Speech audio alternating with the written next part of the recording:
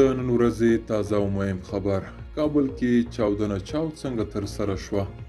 نن را سره دوو زده کوونکو د سترګو لیدلی حال بیان کړی دی. سلام، وخت بخیر.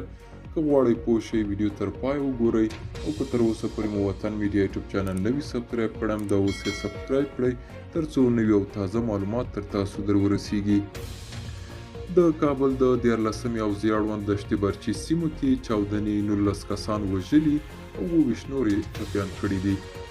چاودنه نن سهار نږدې 8 بجې د کابل لویدیځ دشتي برچي سیمه کې د کاش په نوم په یو ښوونیز مرکز کې رامنځته شوې ده.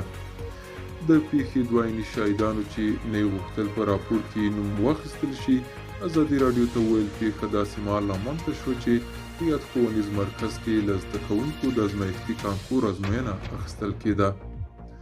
یو زده کوونکي وویل نن سهار 6 بجې په کاج کورس کې موږ د کانکور ازمایښتي ازموینه درلوده چې 600 نفري صنف و. ډاکو بیا موږ لاړو قطار کې کېناستو د ریاضي 18 پوښتنې مې حل کړې وې چې د ټیسټ غوږونه شو.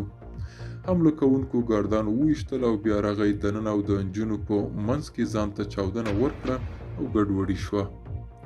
یو بل زده کوونکي د پیښې په اړه د خپل سترګو لیدلی حال کیسه وکړه.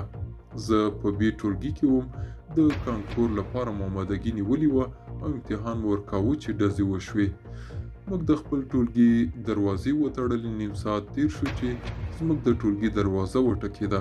هلکانو ویل چې دروازه نه خلاصوو، انتحاري نه وي.